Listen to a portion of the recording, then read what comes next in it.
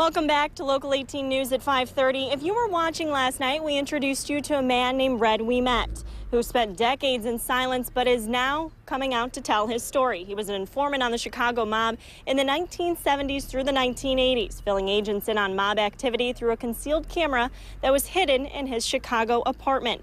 One of the men recorded was Frank the German Schweiss. He was a notorious mobster and was also called the Babe Ruth of hitmen. In part 2 of our 3-part series, only on your Local 18 News, here at 5:30, we take you inside Red WECP's secret recordings, and he tells us what it was like to be an informant. He was a very violent man, dangerous, most dangerous man I ever met in my life. When Red WECP describes notorious mobster Frank Schweiss, he says his reputation preceded him. As a paid informant to the FBI, WECP's job was to secretly record conversations in his apartment with several mobsters, including Schweiss, who would discuss everything from extortion to murders. This joint has been declared for years. There is no one has the right to come in our domain. WECP says Schweiss trusted him. How did he earn that trust?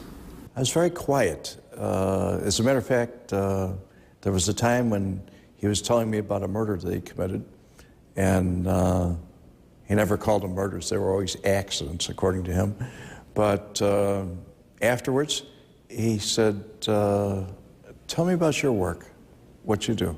And I got real serious because I was chuckling, kind of, and I got real serious, and I looked him dead in the face, and I said, Frank, I never talk about my work. And he put his hand up, patted me on the shoulder, and he said, that's what I like about you, kid. As a powerful man and 20 years his senior, I asked WECP if he looked up to Schweiss in any way. No, not at all. No, I looked down on him, as a matter of fact. All those people that did those kind of things that he did, I did not. I despised them. How many murders would you say Frank committed? Close to 80.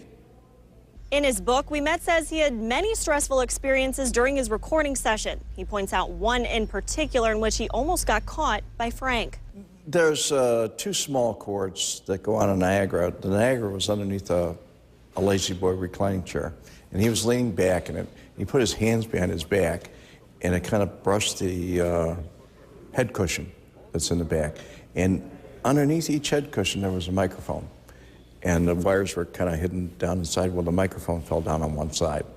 And it was like me looking at you. I could see it happen, but he didn't see it happen. He was leaning back with his hands clasped behind his head. So I diverted his attention to it. Were you sweating? Yeah, at that moment I was. But no matter how stressful the recordings were, WECP told federal agents he wanted to take down the biggest guy. And that guy was Frank Schweiss. Well, tomorrow in the final chapter of our 3-part series, we take you to September 15th, 1988, the day that Frank Schweiss was arrested, and the following years in which WECP testifies against him, as well as other members of the mob. Here's a sneak peek.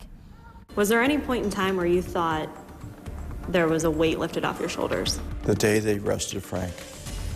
The day they arrested Frank, September 15th, 1988. Again, that airs tomorrow only on your Local 18 News at 5:30. Kelly, back to you.